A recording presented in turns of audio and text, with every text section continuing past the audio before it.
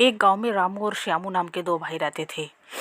रामू अमीर था, पैसे वाला था, जबकि श्यामू एक गरीब था।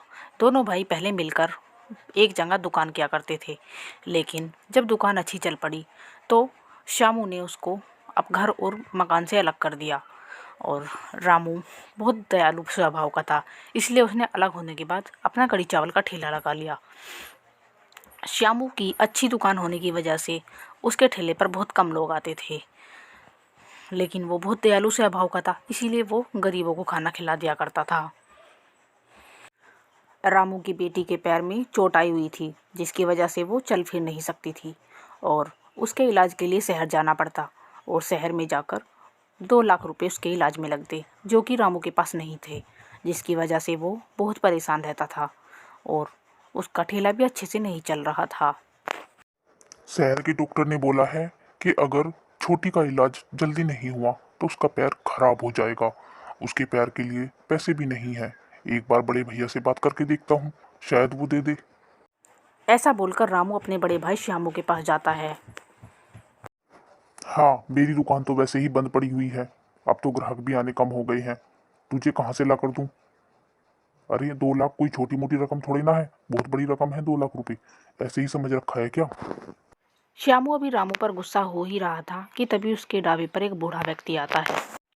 भैया, कुछ खाने को मिलेगा क्या? बहुत भूखा हूँ, कुछ खाने को दे दो, भगवान तुम्हारा भला करेगा। एक भिखारी पहले से खड़ा हुआ है, वो कम था क्या जो तू भी यहाँ भीख मांगने आ गया? जब से मेरी दुकान खुली है यहाँ भिखारियों की लाइन लगी रहती है। यहाँ तुम्हें कुछ भी खाने को नहीं मिलेगा, मैं तुम्हें कुछ भी नहीं दे सकता।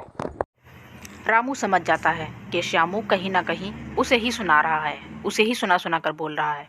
तभी बूढ़ा आदमी वहाँ से चला जाता है और रामू उसके पीछे तेजी से जाता है। अरे बाबा रुको, पास में ही मेरा ठेला है, वहां पर चलो। मैं घर वापस जा ही रहा था। ये कढ़ी चावल बचे हुए हैं, इन्हें आप खा लो और घर भी लेकर चले जाना। जीते रहो बेटा, भगवान तुम्हें हर खुशी दे।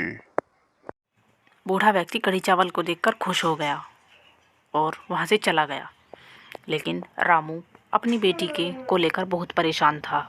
ऐसे ही धीरे धीरे समय बीतता जा रहा था, लेकिन वो अपनी बेटी के इलाज के लिए पैसे जमा नहीं कर पा रहा था। फिर एक दिन जब वो कढ़ी चावल का ठेला लगा रहा था, तभी वहाँ से 3 संत गुजर रहे थे और संत बहुत भूखे थे। वे सब खड़े होकर बातें करने लगते हैं। बहुत तेज भूख लगी है और हम संतों को देखकर उस ढाबे वाले ने मुफ्त में खाना खिलाने को साफ मना कर दिया। सामने वो कढ़ी चावल का ठेला है, एक बार उससे पूछ लेते हैं, शायद वो हमें खाना खिला दे। हाँ हाँ, एक बार पूछ लेते हैं, नहीं तो फिर भूखे ही मंदिर की तरफ चलेंगे। बेटा, हम बहुत भूखे हैं, हमें कुछ खाने को मिलेगा क्या? हाँ हाँ बाबा, ये तो मुझ गरीब का बहुत सौभाग्य है जो तुम मेरे ठेले पर कढ़ी चावल खाने आ गए। आप तीनों यहाँ बैठो, मैं आपके लिए अभी अच्छे से कढ़ी चावल लगा देता हूँ। रामू फिर सभी संतों के लिए बहुत अच्छे से कढ़ी चावल की प्लेट बनाता है। साधु खाना खाकर तृप्त हो जाते हैं और बोलते हैं, तुम सचमुच बहुत दयालु हो, लेकिन तुम कहीं ना कहीं जरूर किसी शंका में हो। हमें बताओ। रामू फिर उन संतों को अपनी बीती हुई सारी बातें बताता है। तुम्हें परेशान होने की जरूरत नहीं है। हम तुम्हें एक ऐसा मंत्र बताएंगे कि तुम जब भी अपने कढ़ी चावल बनाओगे, उसकी सहायता से तुम्हारे कढ़ी चावल दोगुने हो जाएंगे और बहुत स्वादिष्ट भी हो जाएंगे, जिससे कि तुम्हारे ग्राहक बढ़ने लगेंगे और तुम अपनी बेटी का इलाज शहर में अच्छे से करा पाओगे। मगर एक बात ध्यान रखना, तुम्हें रोज 100 गरीबों और लाचार इंसानों को अपने ठेले से कड़ी चावल खिलाने होंगे। ठीक है बाबा, मैं इस बात का विशेष ख्याल रखूंगा।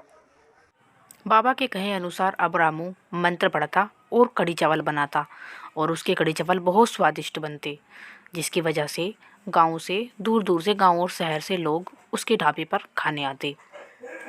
इसी तरह से धीरे धीरे उसकी दुकान अच्छे से चलने लगी और वो दिन भर में 100 गरीबों को भी रोज़ खाना खिलाता था। अब उसके पास ज़्यादा ग्राहक आने लगे, इसी वजह से उसने कढ़ी चावल की एक बड़ी दुकान खोल ली और उसने डॉक्टर से अपनी बेटी का इलाज भी करवा लिया, जिससे कि उसकी बेटी का पैर अब बिल्कुल ठीक हो गया। बापू देखो मेरा पैर ठीक हो गया। बापू देखो मैं अब चल फिर सकती हूँ। आज मैं अपनी बच्ची के लिए बहुत खुश हूँ। उन संतों ने तुम्हें वो मंत्र देकर हमारे जीवन की सारी दुविधा खत्म कर दी। हाँ, तुम ठीक बोल रही हो। वो साधु महात्मा तो हमारे लिए भगवान बनकर आए थे। मेरी बेटी का पैर ठीक हो गया, इससे ज्यादा खुशी के लिए मेरी कोई बात नहीं है। श्यामू उसका बड़ा भाई अब रामू की तरक्की को देखकर जलने लगा। उसे अफसोस होने लगा और रामू की दुकान अब बहुत अच्छे से चलने लगी। और कहते हैं ना कि जो सबका भला करता है, अच्छी सोच रखता है, भगवान उसकी हमेशा हेल्प करते हैं।